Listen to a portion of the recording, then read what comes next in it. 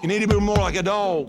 We don't need a bunch of cats in here looking in the mirror. Do I look good? I got my extra bands on. I got my other shoes on. We need more dogs. And welcome back to the latest and greatest episode of the Shaven Points podcast.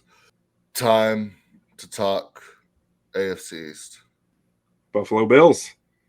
Buffalo Bills. And tonight, to talk about the Bills, we have the man, the myth, the legend, Anthony Prohaska here to join us. Did I pronounce Prohaska right there? I remember we talked about it a little last year. Did I get that? You nailed it. Well done. I'm very proud. Perfect. Thank you so much. First time returning guest. Yeah, our first returning guest. We usually rotate guys around, but I reached out to you and I was like, I don't want to ask too much of you, but like if you're willing to, we'd love to have you again. If not, I'd love to suggest you. Said, yeah, I'm down. So let's do it. We're talking Bills here. We got two Bills fans on the show tonight. Lifelong. Anthony and Jay. Lifelong. I love that. And man, Anthony, just overall, like this offseason, how are you feeling about what the Bills have done? How have they filled any holes that they had, or do you think that they need to do a little more in certain areas? Overall, I'm okay with what they've done. I think they made a concerted effort to address the needs that this roster had. I have some questions on the specific players or the body types or the skill sets that they went with in addressing those positions of need or areas of need. But no one's perfect. I think on the whole, again, they had a concerted effort. They had a plan. They had a roadmap for this offseason. I think they navigated it pretty well.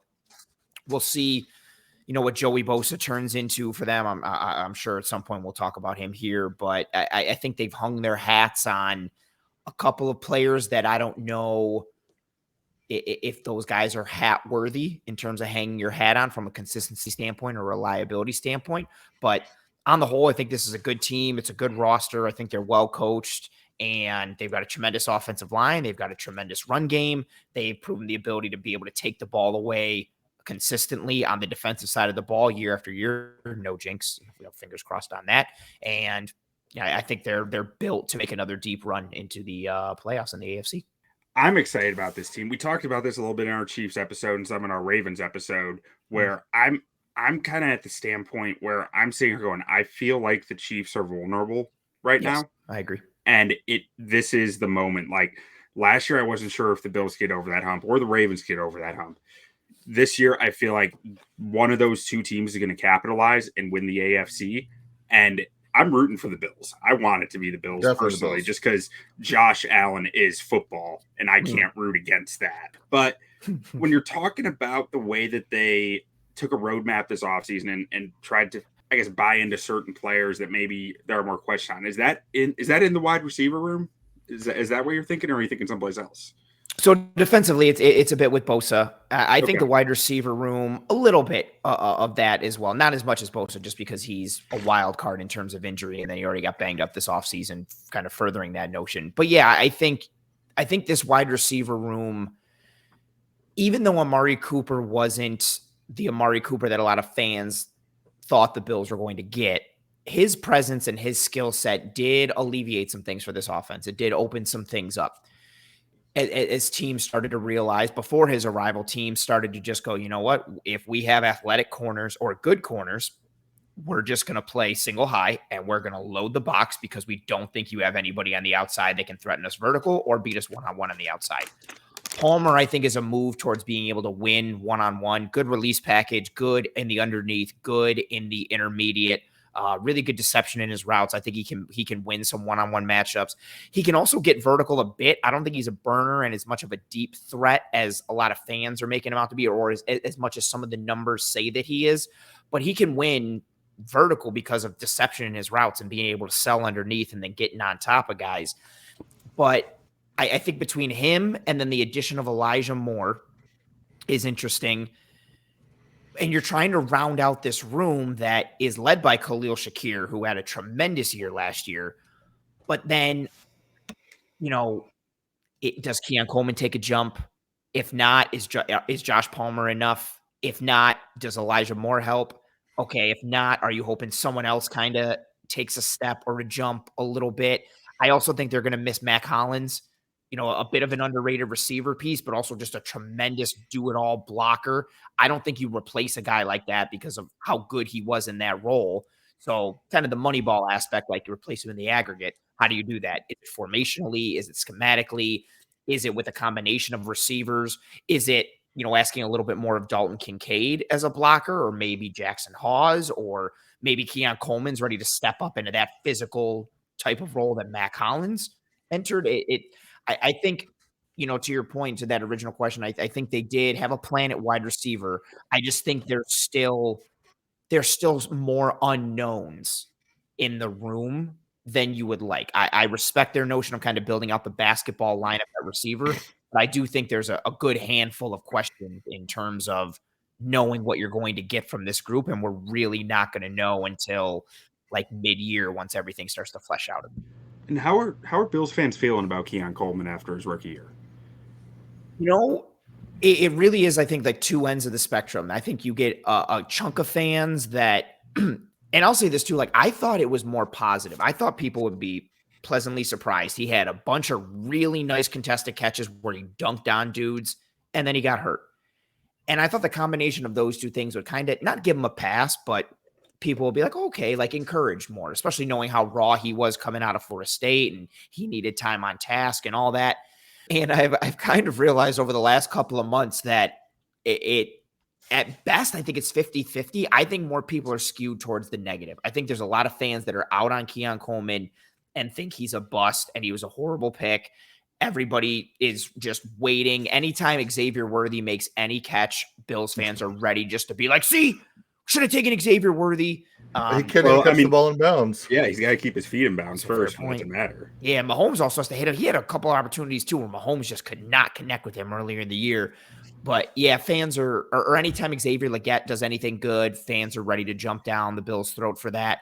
I think the shine of like his charisma and his personality and the athleticism is worn off a bit. I think he's kind of shaded negatively by most fans in the fan base right now, and which again to me is a little crazy. Like if you thought Keon Coleman was going to be something tangible after year one, I just think that wasn't what you were getting. Like we're not going to know what Keon Coleman is until midway through year three, in my estimation, because he's so raw, because he needs so much development. This is a guy that you take and you're in for the long haul and the upside, not for the short term turnaround and return on investment in year one or necessarily even in year two. But yeah, so I was talking about this with somebody else or just over the past couple of months, how I've kind of noticed more and more, like I would just post something on a different receiver. Oh, like I posted a breakdown of Ladd McConkey. And I just had so many Bills fans that came in and were like, man, he's awesome. Keon Coleman sucks. And it was just like that over and over again. Ladd McConkey is probably already the best version of himself.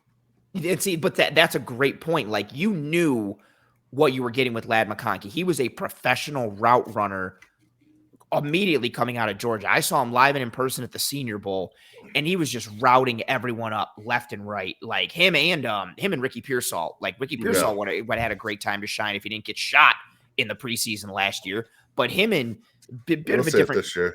Yeah, we'll see this year. Like different kinds of wide receivers and how they operate, but both those dudes were just such professional route runners and workers at their release, in the stem, on the break. But yeah, exactly. Like Ladd, I don't know if Ladd's upside is really more than what it was this year. And that could be fine because his floor is super high. Keon Coleman was the opposite, a much lower floor, but I think a significantly higher ceiling with what he can be. And you got to let those dudes breathe for a little bit before you make a final judgment. Yeah, McConkey. Too bad he doesn't have like a top 30 quarterback. Oh, Justin Herbert. Is that sarcasm or seriousness? For Jay, that's serious. Number you one, don't think you don't like Herbert on earth. What? Not Justin Herbert. Wow. Wait, so but like, do you like sincerely? Where do you rank him? Is he like a top 20, or is he like he's? I put him bottom half of the league QB. I put him probably on the other side of like the Dak Prescott range, which is usually around 12 to 13. So probably in that 14 range. Okay, that's not, for someone who's down on him, that's not too crazy. I don't think that's too crazy. I mean, it's just the biggest argument. If he's good, then why isn't he good? Yeah, I think I think Herbert and Trevor Lawrence are both reaching a stage where, like, I don't know, like they've become so polarizing for folks. And Yeah. Herbert, like, I understand Lawrence more than Herbert, but I also do understand Herbert because of exactly what you said there. Like, if he's so good, how come he's not good? Yeah. Like, and we just got eaten alive a couple of years ago because I was like, I basically said that, and so since then I've just took a hard stance, just the Like number it. one Justin Herbert hater. Stick to your ground. Stand on your principles. I like it. Now, But looking at this team, or were you going to say Q? I was just gonna move on to probably quarterback. Honestly, we gotta talk Josh Allen like before we get too deep into this, right? Like you have to. Yeah, and they got your guy backing him up, the savior for Chicago. Biscuits. Yeah, Just people forget. Biden his time. People forget he was drafted before Patrick Mahomes in that draft. Never gets talked about. But That's so right. the Josh Allen conversation, I mean, like, I don't think there's that much conversation to even be had at this point because it's just pretty universally consensus, right? He's a top 3 quarterback. It's him, Mahomes, Lamar, and it's like what order you want to put him in. But so I'm not sure how much there's to even ask about this as much as just like, can Gotta stay healthy. Can he get this team to a Super Bowl with this roster, you think? Yeah, I think he can. I think the biggest question really comes down to the defense in terms of what they are and in terms of what they can be. But you look at how the offense is constructed, and I think it's twofold with the offense, right? Josh Allen is obviously a very good quarterback and a very good player in the NFL. But for as much as he is the face of this organization and the current and reigning and defending NFL MVP, this team on offense runs through the run game. Like the run game is what starts the offense and what stirs the drink. It's the offensive line, it's jumbo packages, it's condensed formations and reduced formational width. Like it's the run game. They're not this, I think you see Josh Allen in the highlights and then know he's the MVP. And if you didn't know any better, you'd think, oh, okay, they probably like spread the ball out. He's chucking it like 40 times a game. And it's not. They're trying to have him throw the ball like 25, maybe 30 times at most. Like they run through this offense schematically through the run game and schematically in general. And I think that's what makes the offense so dangerous is they have a really good offensive line from a run game diversity. Yeah. Offensive line loves running the football. Bro, they love it. And they're good at it. And they're diverse. Like you can run zone, you can run multiple gap or man schemes. Like they have 3 that they hang their hat on, like mid zone weak, duo, and then all the tackle pull stuff like dart and then long trap. But they can also work in like some counter and some power, traditional gap scheme stuff.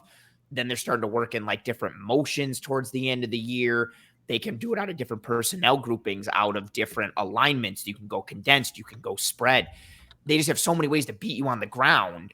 And then on top of that, Josh Allen is the trigger man and the talisman for this offense, which I think those two things all combined with one another and the various levels for those two things is really what makes this team so dangerous. And then it just comes down to, can you mitigate some of the deficiencies you had defensively and not rely so much on turnovers? Can you get pressure consistently? Can you get offenses off the field without having it to be turnover based or trying to hold teams to a field goal? Can you mitigate displacement against the run and kind of go from there? But yeah, I do think overall as a team, they're built to get there, and Allen and how he's and the ecosystem that he's in offensively, it's a really good mix. No jinx, as I'm very superstitious. And I mean, transitioning that really nicely over to the O line, like Aaron Cromer did an episode with Brandon Thorne recently that was really insightful and really outstanding. And like one of the things he mentioned in there was like, look, we're not going to go ask Osiris Torrance to go pull around in a gap run. We're just going to pull. We got these 2 super athletic tackles. Mm-hmm. We're going to make it work for our guys. We're not going to try to fit them in a box here. And I thought that was so refreshing to kind of hear, especially as someone who watches a lot of O-line tape and sees some O-line coaches or run game coordinators really trying to peg players who don't fit in a run scheme into a run scheme. So, I mean, I think you guys have done an outstanding job with the O-line here and the coaching and the way that it's all comes together. But A guy who I need to talk about, I've been itching to talk about, Spencer Brown.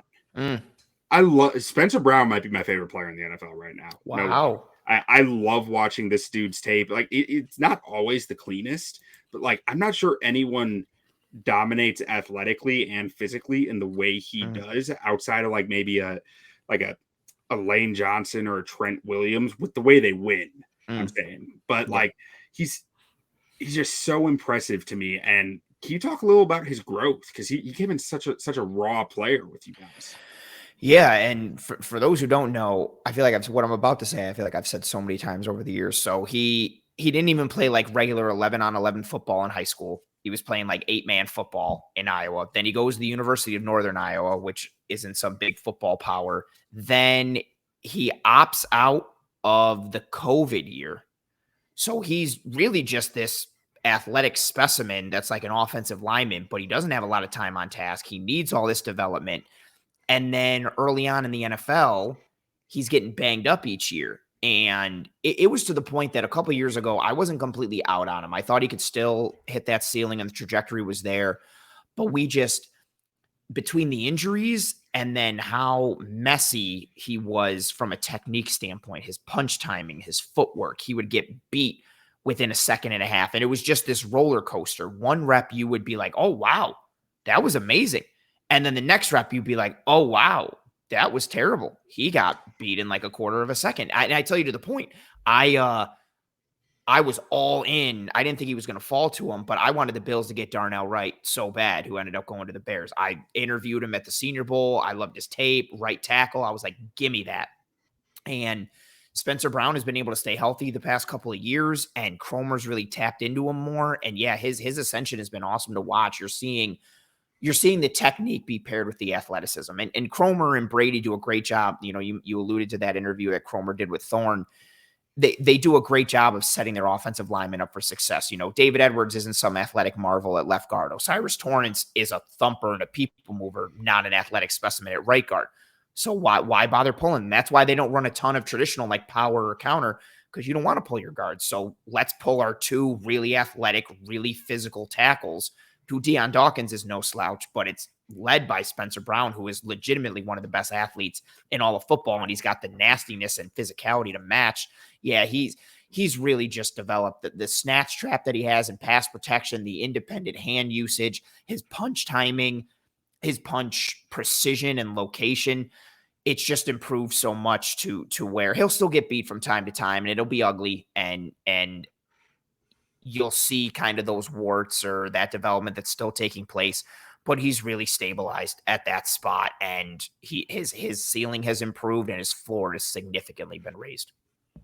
Yeah, it's I think that's a big reason why I enjoy his tape so much, because like I pull on a few years back, like when I'd watch him in preparation for this and be like, it's not there yet. It's not there. And just like, but seeing him get better each year with that, like, I feel like you don't see that a lot at the NFL level. Guys improve to that degree year over year over year. And it's like, it's just been so fun to watch him. But I know, I think it was right before last season started, you actually had O'Cyrus Torrence on your podcast, I believe. Correct? Yeah, we had him last year, and we had him on again 2 weeks ago, 3 weeks ago, something like that. I can't remember. Everything's jumbled. Yeah, we had him on last year, right? Yeah, last year in July, right, literally like a couple days before training camp started.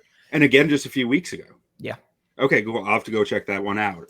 But what was, even just the one a few weeks ago then, what was the most interesting thing that kind of he brought up on there to you? Oh, this one hit me big time. So we've talked so much in like the Bills space and with this offensive line in general, like one, how good they are, but how, no jinx, fingers crossed, how they've been able to stay so healthy the past couple of years. Like even last year when it was, or 2 years ago, I should say, when McGovern was at left guard and Mitch Morse was at center. And then we flipped it this year. Now you got McGovern at center, Edwards at left guard, Alec Anderson is a sixth offensive lineman. The health that they've had as a group. And we were breaking down tape with Torrence in the episode, and I think it's one of his blocks on Chris Jones, and he takes him inside, and he doesn't bury him, but he just like washes him down. And he says something off the cuff like, oh, like I was driving him inside, but then I saw where Dion was, and I knew that if I finished Jones and took him to the ground, I'm probably going to go into like the back of Dion's knees or his legs, and then I can like bust his knee out. And I was like, oh, is that something like you're aware of all the time or just on this play? And he was like, no, we like Cromer preaches that to us. Like we talk about that. Like we're Take care of each other. Yeah. And I didn't realize how cognizant they were to that level. And I was like, okay, like obviously they take care of their bodies, right? And the organization is up on injury prevention, and so are the players. But with just how healthy they've been as a position group that does not stay healthy. Offensive line get banged up like every week in the blink of an eye. It's almost impossible not to. So I thought it was really telling that like, oh, maybe that's part of the reason why they've been so healthy the past couple of years, because they're not only are they locked in like to their assignments and their technique and responsibility, they're also locked in and cognizant of like where each other are to not push somebody into a knee or a leg or a hip and increase those odds of injury. And that's still like right now has stuck with me for these past couple of weeks, because I think it just highlights how well coached they are in every facet and how locked in they are mentally at their position. And it's a testament to them and a huge testament to Aaron Cromer, who's legitimately one of the best position coaches in all of football. Yeah, it's even from that standpoint, like it's not like, yes, you don't want to hurt Dion by doing that, but you don't want to hurt yourself by doing that either. True, yeah. Right? Like you go down and hit each other, there's a 50-50 chance you're the one getting banged up. Sure. Like, because that just makes me think of like Tevin Jenkins for the Bears. Once you're on the ground, other people are falling too. But he was also a madman and constantly getting hurt when he's running into people. Like it does come around that whole way. Now, Dion Dawkins, I feel like he doesn't quite get the credit that maybe he deserves as a left tackle. Do you feel the same? Do you think he gets underrated a little bit out there because of, I don't know, maybe because he's in Buffalo, maybe because it's the Josh Allen show in Buffalo and they don't get as much publicity? Or do you think that he falls in that underrated bucket? Yeah, I think he and the entire offensive line for the Bills are underrated. I think it's because they don't have that star that everybody around the league knows. Like everybody, even if you're not an Eagles fan, you know Lane Johnson and you knew Jason Kelsey and you know Jordan Mailata. And there's even guys who know like, Dickerson and stuff. Like they know those extension guys. And then even if you're not a Lions fan, everybody pretty much knows Penei Sewell and how good Sewell is. Like these offensive lines that are good or recognized for being good. Exactly. Like every regular football fan knows how good Trent Williams was or is from the time when he was in Washington and then going to San Francisco. You do the same thing. Yeah, Cowboys, everybody knows Zach Martin. The Colts, everybody knows Quentin Nelson. I don't think league-wide, like casual fans are like, oh yeah, like Dion Dawkins, like let alone anybody else. But Dion has been that guy, and I don't think he has that national recognition. And I think that extends to the offensive line. And yeah, I think Dion's a really good left tackle. I've never thought that he was like a top 3 or like top 5 left tackle, but he's just been consistently like a top 6 to 9 or 7 to 10 like left tackle for really the last like 3 years at like worst. And now he's creeping up closer with each year towards like a top 5. He's just been a very stabilizing, calm factor at that left tackle spot. He fits their offense really well. His personality fits the team really well. I do think he's a very good left tackle, and he definitely doesn't get the shine he deserves nationally, and nor does the offensive line as a whole. He seems to take on a really big leadership role, doesn't he? Was he a big part of the new? The offensive line award type. Yeah. I remember seeing his name about it, but like I wasn't sure what exactly his role was. But yeah, he's very vocal about it. He's super. I think it comes down to the fact that he's a good player, but he's just so charismatic. Like if you had a Buffalo Bill that you wanted to be on like Good Morning Football or something, it would be Dion Dawkins, even over like Josh Allen. And you know what? Dawkins could be a guy that if you're like a casual fan and you watch Hard Knocks this summer, casual football fans might be like, oh, that guy's hilarious. Like that guy's awesome. Like he might come away as a big star because of how charismatic he is, in addition to being a good football player. The world needs more offensive line publicity. I'm all for it. I can't believe that we just got like an offensive line type of award, like major award created. It's nuts that it's taken like this long for a position group that everybody and their mother, like every year, it's always got to build through the trenches. The trenches decide games. And there's never been any offensive line recognition. It's crazy. Yeah. Now, looking at tight end, when I shot you the graphic originally, you said you could argue Dawson Knox or Dalton Kincaid, who's starting at tight end. So what's kind of going on there, and what's the kind of split going to be between those two guys? So it really comes down to what Kincaid is as a blocker, where he is very willing as a blocker. Like, he's not soft. He doesn't shy away from contact. You just don't see that effectiveness from him. That physical aspect of his game is still something that's coming along. And so is the technique, body positioning, hand placement, leverage. That's still being developed within him. And again, that's understood, right? Like, he came from Utah. College football is so nuts now. So the Pac-12, I'm trying to think of like what divisions are what now, because everything's crazy. Like, so but he's playing like essentially big wide receiver, power slot type deal at Utah. And so you knew he needed time on task to develop as a blocker, but he's more of a fluid athlete. He's not some big, thick, center of gravity type of guy. He's more fluid and technical and more lanky than he is thick. So his body type and his skill set and his experience don't lend itself to being like an inline blocker or a plus blocker. The hope was always going to be like, can he just be adequate? Can he be average? Can you put him in the way? Exactly. Just get in the way, obstruct guys. You don't have to people move, but you could shepherd guys and kind of get them out of the way. But you just haven't seen that enough consistently. Like, he can dig out some safeties and beat up on some nickels or some corners, but any type of bigger body or physical presence will give him some problems. I forget who it was for Houston in that game against the Texans, where Kincaid was the blocker on like a quick little like RPO tag or bubble.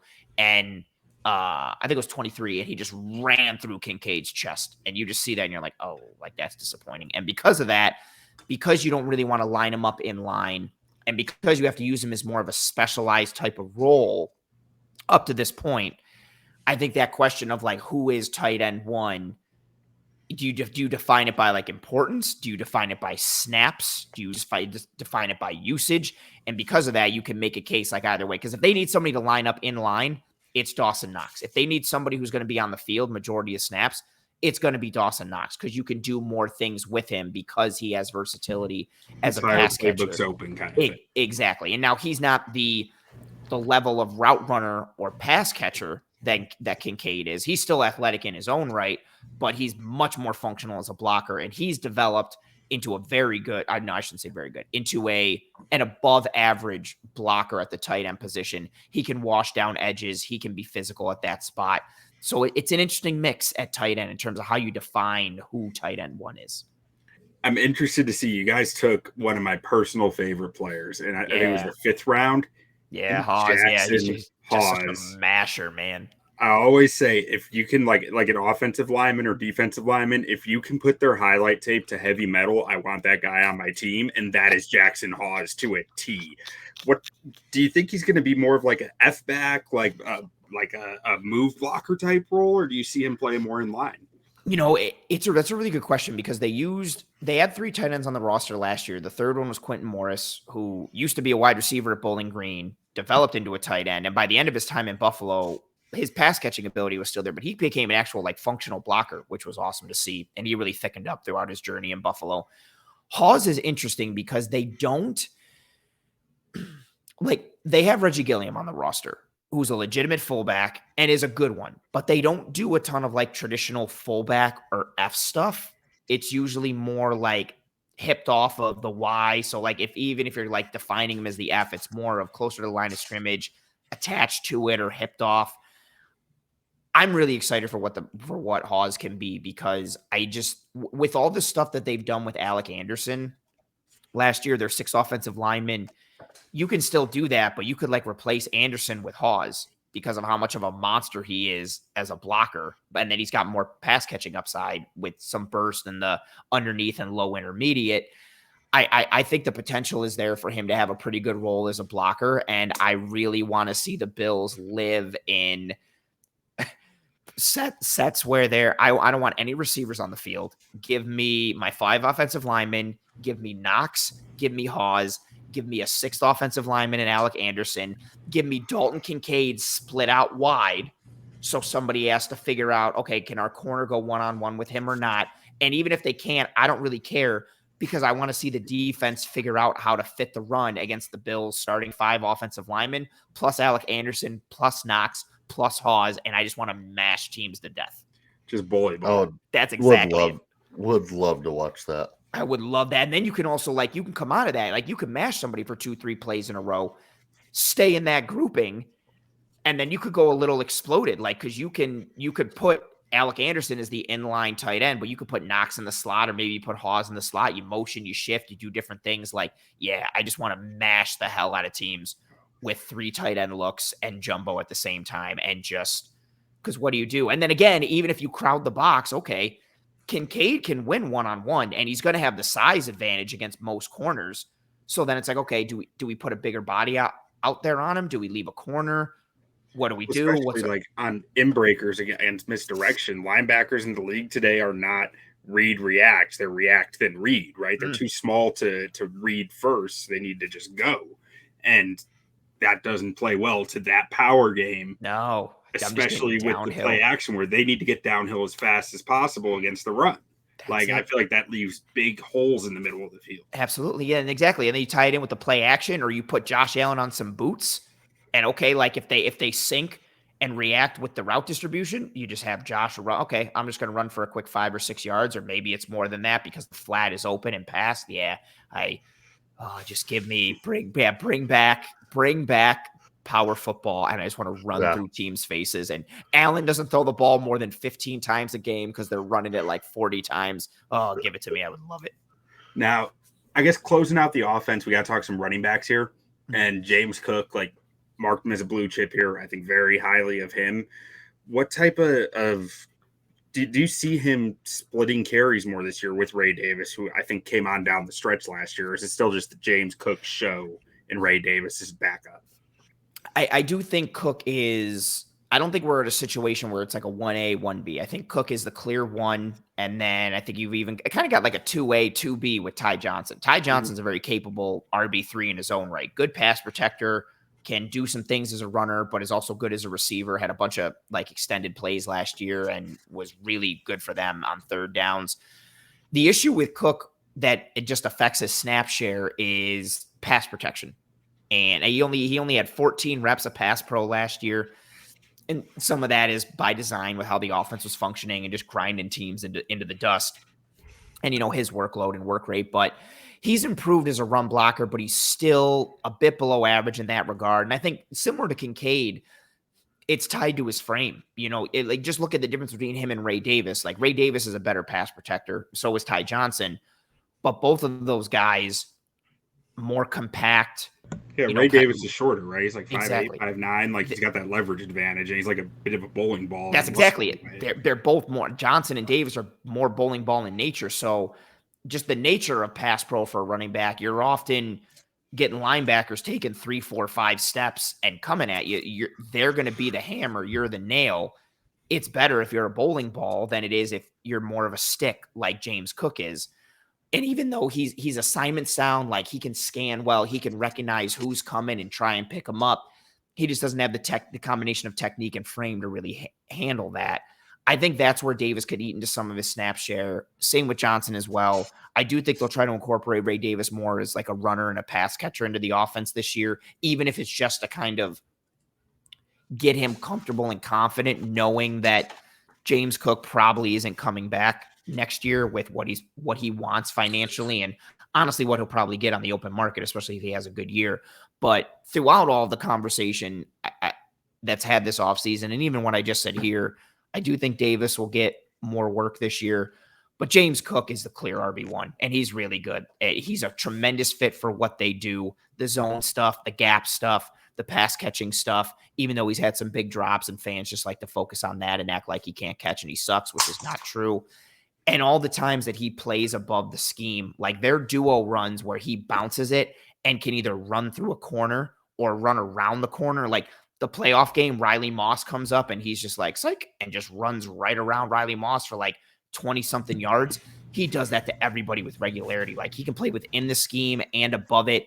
He added more physicality to his game last year and was running through some dudes and finishing through contact. He's a really good back in the clear one, but Davis is going to eat into him a little bit this year, and I think Johnson will as well. Okay. Jay, any final thoughts on the offense here before we move on to the defense? No, just put some respect on this offensive line. I mean, in my opinion, top 3 in the league. Ooh. With the MVP at quarterback, and James Cook's about to rush for about 1,800 yards and 16 touchdowns. I like it. All right, now let's get on over to Bobby Babbich's unit, the son of the former Bears legend, Bob Babich, or coaching legend. I mentioned this to you when you asked if there's anything to prepare for. And so what is up with McDermott's defense in the playoffs? Like, am I overreacting to a few games where I'm just like, why can't their defense stop anybody? Or where I'm just, that may not be rational on my part as someone who doesn't watch them week to week? Or do you think there's something deeper there? I do think there is something. I think it's two things, right? Like, the more often than not, and you said this to me in the DMs, like, oh, is it a Mahomes issue or is it like a McDermott issue? I do think it's, the guy that they keep losing to and the team that they keep losing to is the team that everyone seemingly loses to and can't get by, right? But the way that they lose, I think defensively, is somewhat problematic. And I think it's tied to the philosophy and kind of identity of what they are defensively. Like, they are now and have been, a traditional 4-down, over front, one gapping, penetrative by nature. They want guys who can slash and get through gaps up front. They don't want, run stuffers or guys that can mitigate displacement. They potentially consider that, if you believe the rumors. They took Max Hairston in the first round of the draft, but Tyreek Williams, the defensive tackle from Ohio State, who went to the Lions, reportedly said that the Bills told him if he was there at 30, they were going to take him. And he's got some athleticism to his game and can get forward a little bit, but he's much more of a run defender on the interior than he is a pass rusher. So maybe they were going to change a little bit, but you look at just how they built this defense. I think it's a type of defense that year over year tends to have issues in the playoffs because they can get blown off the ball horizontally and vertically. They have some issues stopping the run. I think they've also had some issues athletically on the back end. Even when Hyde and Poyer were tremendous safeties at the back end, they weren't these athletic marvels that were filled with a ton of speed. So when the Chiefs were rolling out all this speed, the Bills had issues with that kind of speed. And now, as we've gone forward a bit, they've had injuries the past couple of years. Their defense, I thought, performed admirably 2 seasons ago at home against Kansas City, despite having pretty much their entire defense banged up and calling A.J. Klein off of a cruise with his family to come start in the divisional round of the playoffs. But I do think there's something to be said for the way they operate schematically and how that tends to get picked apart, and tying that into the way they built the roster. Again, even a similar conversation for as much as, Kansas City is Kansas City. The Bills defense got waxed by the Ravens the week before. Yeah, Lamar had some turnovers, but when push came to shove in that second half, the Ravens moved the ball up and down the field. And for as much as Bills fans like to knock Lamar, again, when push came to shove and he needed to drive them down to tie the game, he did it with ease in the blink of an eye. And we tend to see that happen to this defense, magnified in the playoffs, but it also happens a bit in the regular season at times too. I think they need more of a roster change and a skill set and archetype change, especially up front. But they doubled down on their archetype this offseason with Ogunjobi and TJ Sanders. So we're going to do this dance again and see if it works out. Well, one guy who fits the archetype, but also I don't think fits any archetype that they added, is Landon Jackson.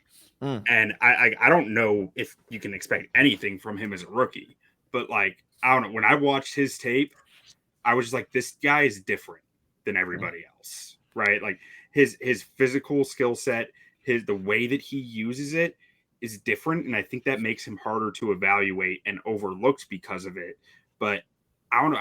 I couldn't get it out of my head that there's something more there with him to become a really good football player. And it might just be, daydreaming about Max Crosby or something. But like there aren't many guys who win the way that he does, I think. And that's one guy who I am going to be really interested in watching the next few years, how he grows.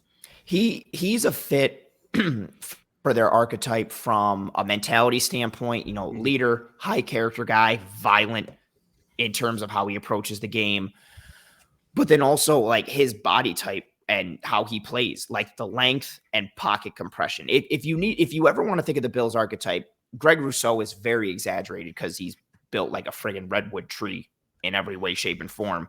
But that's what they want at edge. They want power, they want length, they want run defense, and they want compression as a rusher.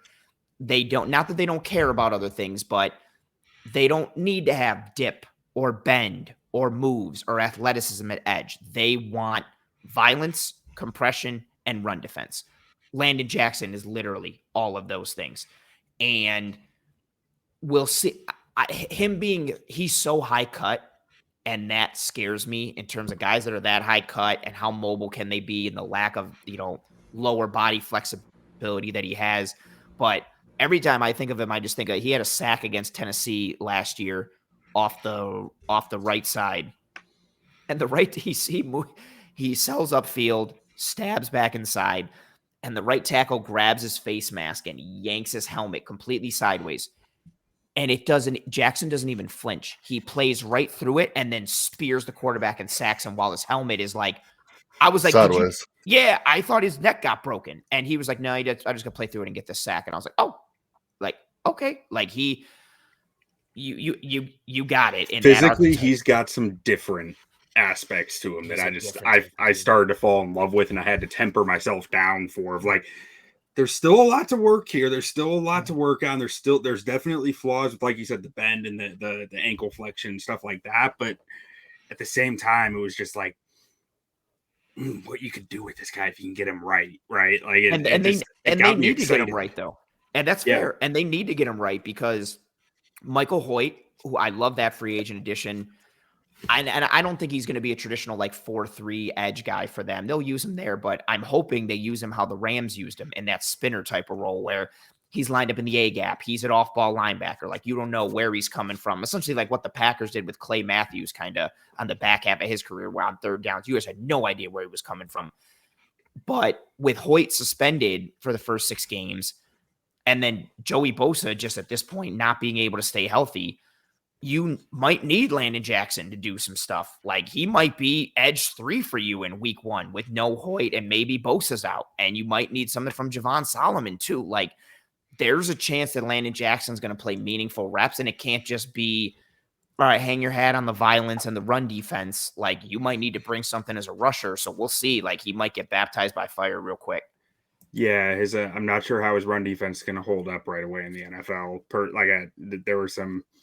It was very boom bust, I felt like, in his college tape. But moving on from Jackson, like, I think you got to this a little bit in there of like, it doesn't seem like this defensive line has someone who, when you need a bucket, can just go get you a bucket. Mm-hmm. But if you had to pick someone, who is that guy on this defensive line?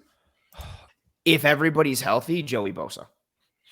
I still think if Joey Bosa's healthy, I still think Joey Bosa is a legit edge 1 as a pass rusher. I think he'd be an edge 1 in general. Like, he's a legitimately good run defender, and he's a very good pass rusher. He just can't stay healthy. Like, so if everybody's healthy and all things are equal, it's Joey Bosa hands down. After that, you can you could make the case it's either got to be Rousseau or it's got to be Oliver. I would probably, if I needed a bucket as a rusher, I would put more eggs into the Ed Oliver basket. But he also, and this is part of the conversation of having issues in the playoffs, he also has a habit of just ghosting at times, and you have no idea what happened to him. Two seasons ago, when they lost to the Chiefs in Buffalo, just an absolute ghost on the field. You would have no idea. And then this year, when losing the AFC Championship at Kansas City, he played phenomenal. Lost in that poor defensive performance was how Ed Oliver ate up Tooney and Smith and Humphrey on the interior and had a strong game against the run and the pass. But Yeah, if I needed somebody to get me a bucket because Bosa's probably banged up, it would either be Oliver or Rousseau, but I don't think either of those dudes are true like ISO ball, get you a bucket type guys, which is also part of the problem come playoff time is that they haven't had that guy. Von Miller was supposed to be that guy, and then he tore his ACL, missed that year. It hasn't been the same since. They don't have that bucket getter. They don't have that one-on-one dude that can get you something there. And instead, they've kind of tried to do the Moneyball thing and win in the aggregate, but the aggregate hasn't been enough. Like, it's fine to not have this A player on the defensive line if you have a whole bunch of B pluses or a whole bunch of A minuses, but they haven't had that either. And so you're kind of patchworking it together in a variety of ways. But that's a great question because it probably is Rousseau or Oliver, but I don't think either of them are true bucket getters as a rusher. Okay. And then sticking at defensive tackle here, I mean, I feel like I've noticed a trend the last few years, and I mentioned this on a few other episodes, where I think defensive tackle has become a more and more difficult spot for rookies to succeed at because the college game has become so much more about reading before you engage, and that's not the NFL game. Do you think there's more in Dwayne Carter's bucket here, or do you think he kind of has shown what he is? We had him on the show a month ago, and it gave me more hope and encouraged me. But he had a very poor rookie season and was just very ineffective as a rusher and as a run defender. And he was just getting blown off, especially as a run defender, like getting blown off the ball horizontally, vertically, not being able to withstand a double team in any way, shape, or form, like not being able to anchor, not being able to drop the knee. I'm not going to write a guy off after a rookie year or any rookie. Like, I think even if someone's amazing, I'm not going to be like, oh, well, they're probably going to be even better next year. Like, you never know. You really got to give a guy a couple of years in the league. And then there's the general rule. You don't really make a concrete judgment on a guy until he's had 3 years in the league. So I'm not completely writing him off. But I do think, like, if Larry Ogunjobi didn't have to worry about that suspension, I really do think, you know, it's tough for Carter to make the team if they had a competent defensive tackle 5 to compete with him. Deion Walker is a wild card because of his health and his spinal defect that they have to kind of manage and maintain, in addition to the weight and kind of reshaping his body composition a bit. So I think Walker being a wild card and Ogunjobi being suspended for the first 6 games helps Carter make this team. But I really do think it could be him and just any other body, and you have a Joker in the Dark Knight situation where you crack the pool stick and you just, here you go, and Carter probably loses. Okay, interesting. And I'm rooting for Carter. I liked him a lot in the draft, but I felt like the risk with him was that he was tapped out, and maybe that. Well, and so what's interesting with that too is you're right. Like, I never expected him to be. I always never do comps because I hate it, but my statement on him coming out last year was I thought his ceiling was like a good defensive tackle 3, like a high-end rotational guy. But I also thought his floor was a defensive tackle 4. Like, I thought he would just be this quality backup for years in a variety of ways. Guy who could kind of play a little 1-tech if he needs to, more 3-tech likely, but he could do it. Yes, and that's such a good statement. So, of what you just said, and the segue to my next point with him, when we spoke with him, they had him playing last year at like 310. Like, he was playing heavier than he normally has, and he's fluctuated and played at different weights, but they had him playing more 1 than I thought he should. Like, his best tape at Duke was penetrate, get forward, get upfield, but instead they took him and Austin Johnson, the 2 backup defensive tackles, and they had Austin Johnson, who had been a 1-tech majority of his career. They had him trimmed down, and they had Dwayne Carter bulk up, and they used both of them like interchangeably as 1s and 3s. And I didn't think that set either up for success. I thought Austin Johnson should have been heavier and been more of a 1-tech, and they should have let Carter play as the 3, but they used him as this interchangeable guy on the interior. And I do not think that did him any favors because his run defense was the most questionable aspect of his game for me. And he got caught in a lot of double teams and a lot of run defense work that I don't think he should have been. And I really do think those guys who aren't Goliaths coming into the league aren't 330, 340 plus as defensive tackles. From the tape I've seen of rookie defensive tackles, they really struggle against the run. Like, because they're used to being able to just hold up with their strength, and that's not really the case anymore at the NFL. Yeah. Plus, you get so much spread in college football where it's like, okay, like it's one guy. Like, let me punch, extend, and read and see what we got. Like now, the NFL is like, nah, man, we're going condensed. We're going gap scheme. We're running duo. Like, you better be able to drop the knee against this double team. I didn't even think about that. That's a great point. Yeah, it's changing. We're getting that cyclical nature of the whole Matthew McConaughey and True Detective time is a flat circle gif and meme. Like, that's where everything all comes back around. That's exactly it. We're going back to like 1970s football. Love it. I feel like I've been predicting that for 15 years, so I'm glad to see it finally. Yeah. I love that. Yeah, same. But let's move on to the linebackers in the secondary here. I mean, so what's the situation with Matt Milano? Is he healthy again? I don't even remember how much he played last year, just off the top of my head. So it's funny. I was literally watching Matt Milano tape earlier tonight because I'm thinking of doing a full episode on what his year looked like. His first game that he played was against the Niners in Week 13, that Snow Bowl Sunday night game against San Francisco.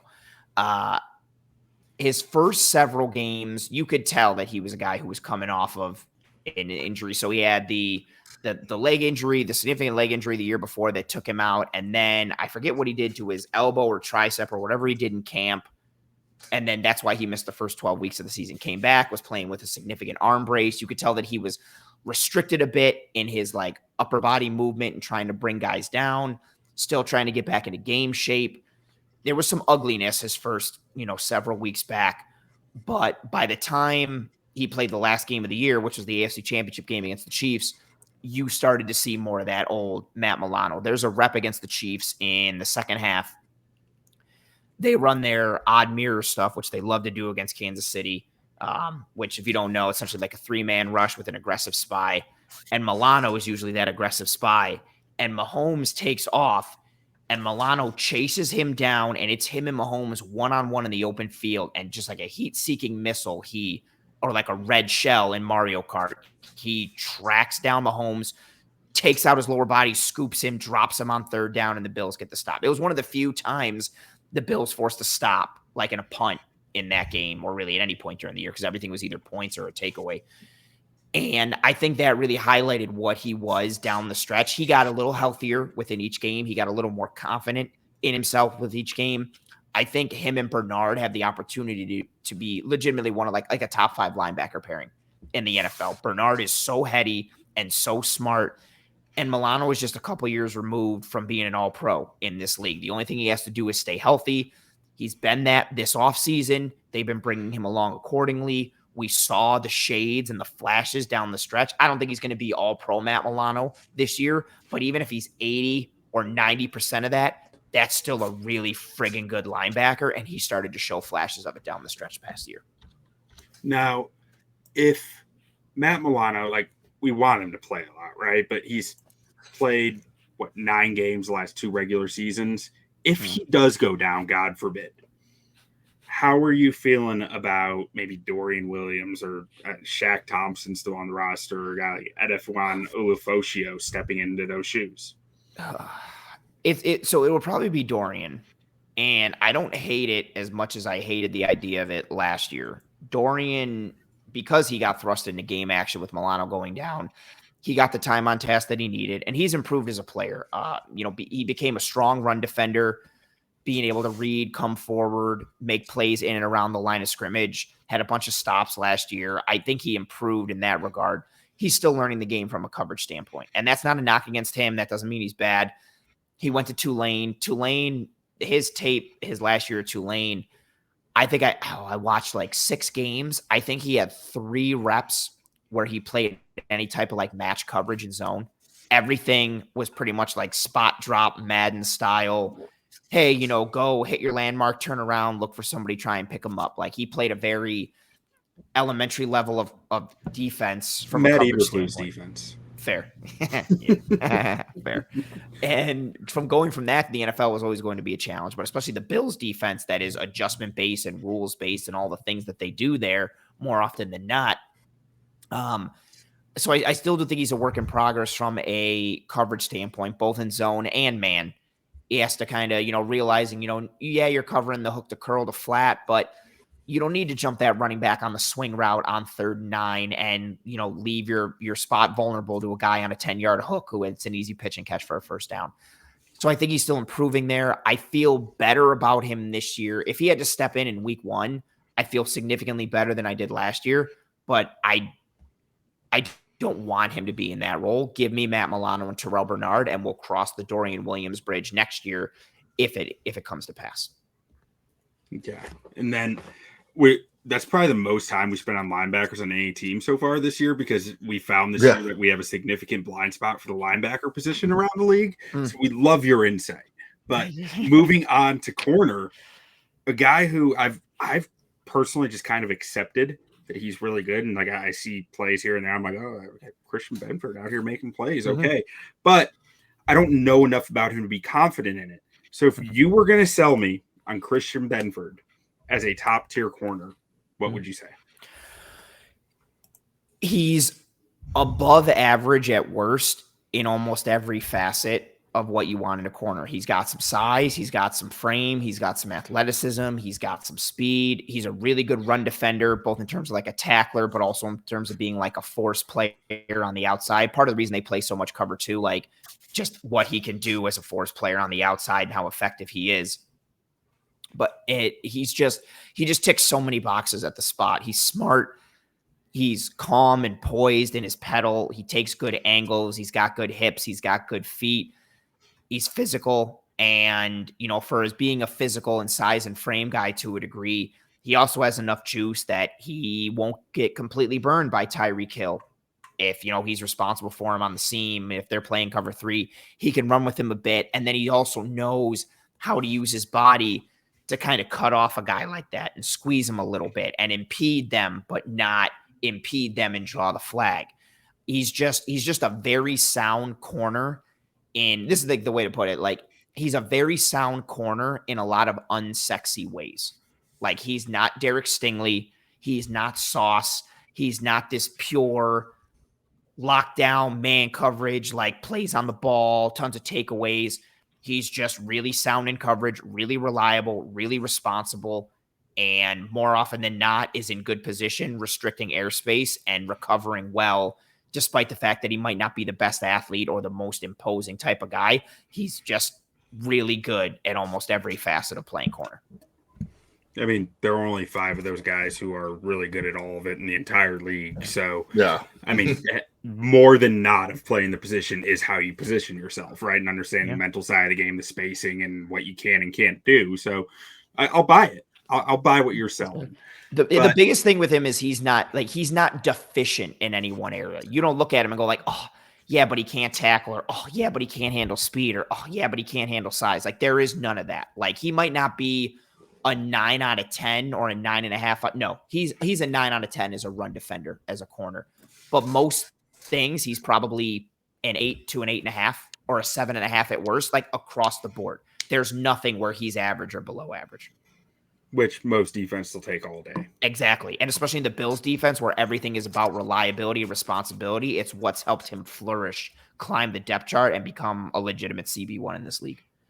Now, I feel like you guys have a good answer in the slot with Teron Johnson. Tell me if you feel differently, but I feel like that's a pretty open and shut case. You feel good about what you got there. But the opposite corner of him, where Maxwell Hairston's supposed to start, when I saw that pick, I mean, I was a little lower on Hairston than some others, but the one thing I saw was this guy can ball hawk from off coverage, and no one is outrunning him. So how do you feel about him in that spot? And is he your Xavier Worthy, Tyreek Hill, like, beater, essentially? It's funny because, like, with those type of dudes, like when they face like Hill or Worthy, it's funny. I was talking about it last week because Tyreek Hill had that comment of like, oh, every time we play the Bills, they play a bunch of cover 4 because like they're a bunch of bitches or whatever he said. But the Bills traditionally have played like a more cover 2 than anything because they'll cloud that side. So a lot of times their corners aren't even really running, and they do a lot of mixed coverage stuff too. We did a whole episode on it, so that's neither here nor there. But make sure to go check it out over at Cover 1. Oh, right? Thank you very much. I appreciate it. They've been really good about knowing their guys' limitations and working around it. I think Hairston does give them that opportunity, though, to be like, okay, we have a guy with real recovery speed, real juice, who we're confident can go vertical with anybody, whether it's, zone coverage that turns into man or match coverage or some man stuff.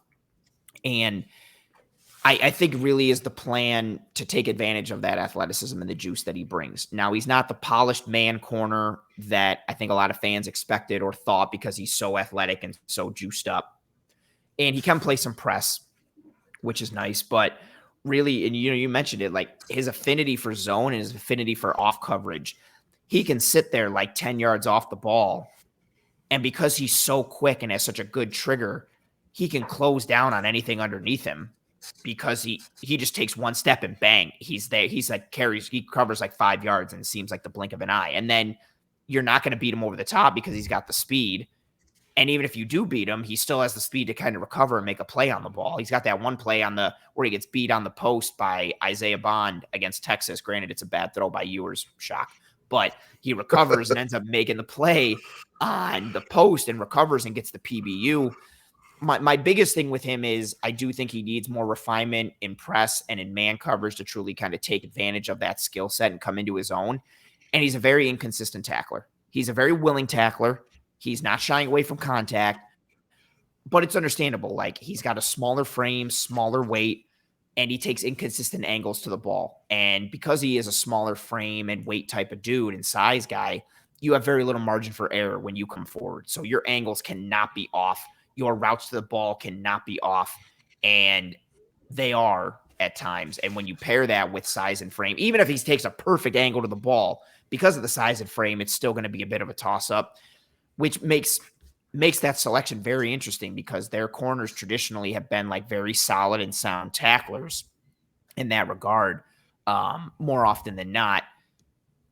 And not these athletic specimens or freaks or juiced up guys that Hairston is. I was also very surprised at the pick. So we'll see how that works out. But, I mean, I'll take a dude who can run like a 4.2. Yeah. Yeah. I mean, Love speed. He can move, man. Yeah, he can fly. Now, would it surprise you at all if a guy like Dorian Strong found his way to a handful of starts this year? Oh, no, absolutely not. He ticks like he is the archetype that they want at that spot, right? Like, tons of experience, leader. Like this sounds so corny to so many people, but tons of experience, leader, comes from a defensive-based school at Virginia Tech where they like defense is a very important piece and they play it very well. He was well coached. He's sound from a technique standpoint. He's a competitor. He's physical. He can play some press. Like he's very sound and responsible in zone. No, it would not shock me like at all because he just ticks so many boxes that they look for from a skill set and traits perspective. He is like, he is the archetype. Maxwell Hairston is not. Like Hairston is not their archetype. Dorian Strong is. And I love Dorian Strong's tape at Virginia Tech. It was like, this guy might get burned sometimes because he doesn't have the makeup speed, but like, man, he is a dog. I really enjoyed his tape. Now, let's finish this out at safety where we got Taylor Rapp and Cole Bishop starting. I can tell by your reaction. Now I got to ask about it. Like, so what was the reaction there? How are you feeling? I like Taylor Rapp and Cole Bishop as individuals and like in a vacuum. I don't like their pairing together. I'll start with Bishop, who I still don't think is a great fit for this Bills defense. And he could be, right? I think he needs more time on task, but I thought his best tape at Utah was as more of a down safety, like in and around the box as like a big nickel off ball dude. You don't know, like, okay, is he in man coverage against a tight end or running back? Is he blitzing from the slot? Is he going to blitz like the B gap or the A gap? Is he dropping in like the hook to curl or the flat? Like, what's he doing? I think he's best in and around the box and playing from the top down. I think the further away he gets from the line of scrimmage, the worse he gets, whether single high or too high. Like he's still learning that aspect, right? Like seeing the game from that vantage point, let alone having the responsibilities and the assignments that go along with it, right? So you take that, and then you, in theory, pair him with Taylor Rapp, who is good from a processing standpoint, the deeper he gets from the line of scrimmage, but doesn't have the wheels or the athleticism or the foot speed to play as a single high type of safety. So I think they have questions with the pairing in terms of how they mesh, where I think Rapp is better in and around the box and around the line of scrimmage, just like Bishop is. But Bishop has more athleticism and juice and man coverage ability. So you'd like Bishop in that role and you'd rather push Rapp back. But Rapp doesn't have the foot speed or the range to play as a single high safety. Bishop does, but he doesn't have the processing. Like, I wish I could take Taylor Rapp's brain and put it in Cole Bishop's body, and they would kind of be good to go. Like, I just, the pairing, I don't think they complement one another tremendously, even though Rapp is a really good tackler from depth. Like, I can't tell you how many long touchdown runs he saved with the defensive line and the spine getting blown off the ball. It's one of the most underrated things in defense that no one talks about is safeties who can get downhill and get themselves in the run fit when they were never accounted for by the blockers. Yep. He would come and he would shut down runs to like 5 or 6 yards. And then there were the bigger ones too, where, Christian McCaffrey gained 12 yards. But if Rapp doesn't make that tackle, it's a 45 or 50-yard touchdown in the snow. He did that throughout the year. So he's great playing the run from depth. They're pairing with one another. I don't think they complement each other tremendously well. And I think Cole Bishop was better suited for a defense like what the Patriots were the past couple years, or the Ravens, or the Cardinals, like 3 safeties, big nickel, like variety of responsibilities, and like using him as a monster man and an unlock guy, not like a traditional safety, which is how the Bills use their safeties, even though they are somewhat interchangeable from a free and strong perspective. I honestly, this might be a bit hot takey from an outside of from a national perspective. We'll see. I think Derek Forrest has a chance to start because I think he's the best combination of athleticism, run defense, and coverage versatility on the back end. I think there's a shot. I think the Bills want it to be Rapp and Bishop. I think that will be the case, but if anything happens to one of them, I think there's a chance that I think Derek Forrest has a legitimate chance to be safety 3, and I think he has a chance to push them for a starting spot. Okay. I like that. I'm gonna have to find some clips of him. But I almost, as you're saying this, it's almost kind of ironic. Like if you have 2 like rover kind of box safeties, you end up having to play 2 more too high split field coverages, exactly, which neither of them are actually good at. No, because you don't want, if you're playing cover 1 or cover 3, like neither of them are really built to be a post safety. Bishop has the athleticism, but not the processing. Rapp has the processing, but not really the athleticism. And so you're locked into, and this is where it all comes full circle. You're locked more into cover 2 and cover 4, or cover 6, whatever 2 I coverage you want to go with. But then, because they get blown off the ball in the spine and they have a small second level and they're smaller on the interior, they tend to get displaced. So the way they win against the run is either by, hoping you win with someone penetrating off rip from a light box perspective, or more often than not, you have to win by gapping out and bringing numbers. But guess what? You can't friggin' gap out and bring numbers if you got to play too high all the time. And that's part of the reason why I kept saying, like, if Malachi Starks falls to 30, give me Malachi Starks. Like, I will take him and I will play him in the post all day. And whoever wants to be the down safety, cool. I don't care. Now, if Benford and Hairston work out, or Benford and whoever the other corner is, we'll see. If you're confident in those dudes on an island, maybe it makes you feel better being like, okay, we can play single high and just leave that safety in the post because we can just let our corners play on an island and know they're locked down. So that can help mitigate some things from a run fit perspective in too high. But yeah, you're spot on. Like, it's ironic how that kind of leads to that, and then how that coalesces into their run defense issues.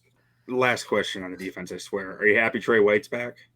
Yeah, I never wanted to see Trey go. Like, it was so, and especially the way he went out, like, non-contact, you knew something was wrong, throws the helmet, he's already like teary-eyed and emotional. And he was just such a good player when he was here, all pro corner, truly locked down. And he was making strides and getting back to that form. Like, as he tore that Achilles, he was locking up Tyreek Hill in that game. And it was just super cool to see him come back. He's a great culture guy. I think he's an awesome dude to be like corner 3 or corner 4 on this team.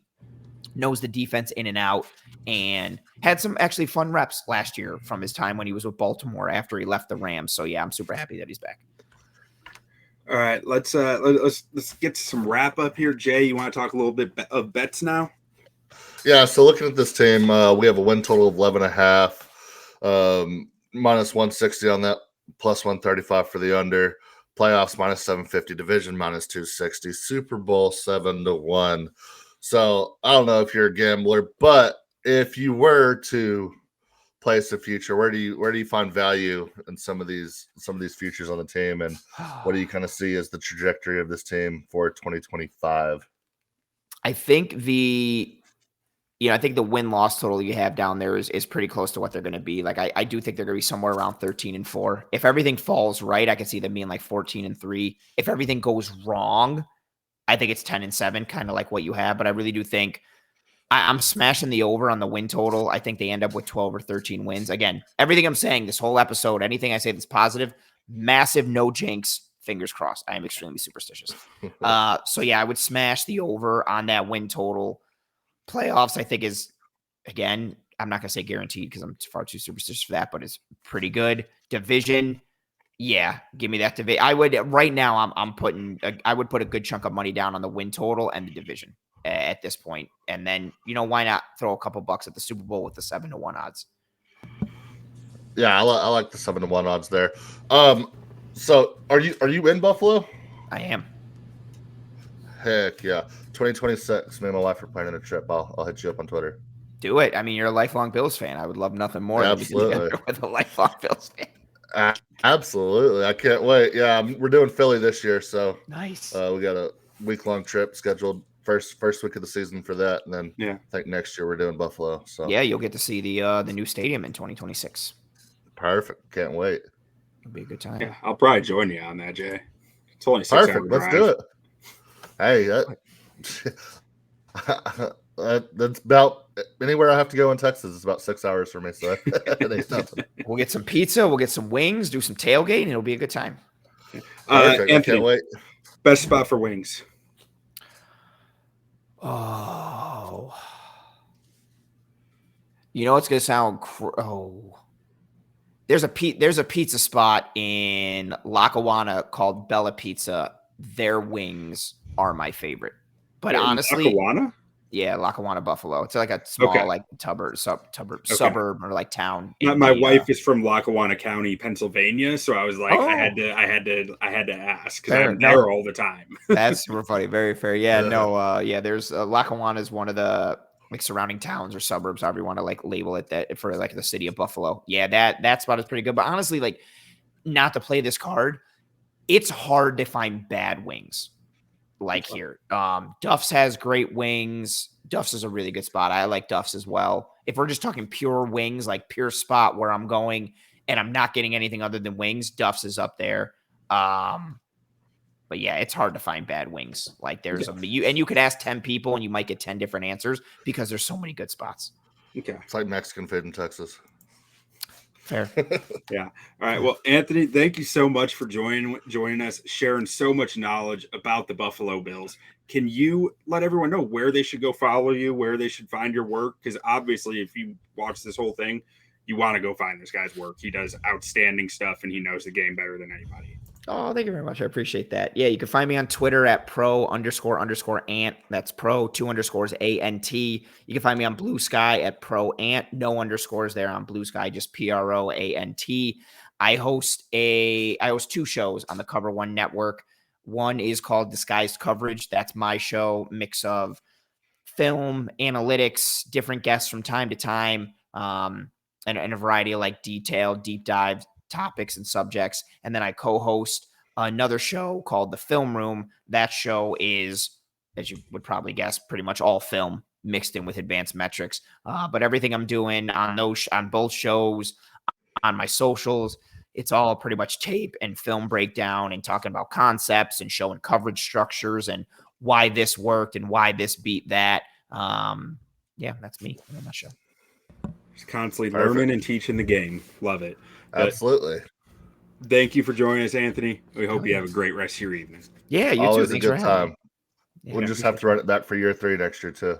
I'm always down. I said it the first time you guys had me. Saying it again now. Anytime you want me, you got me. I had a great time. Thank you so much.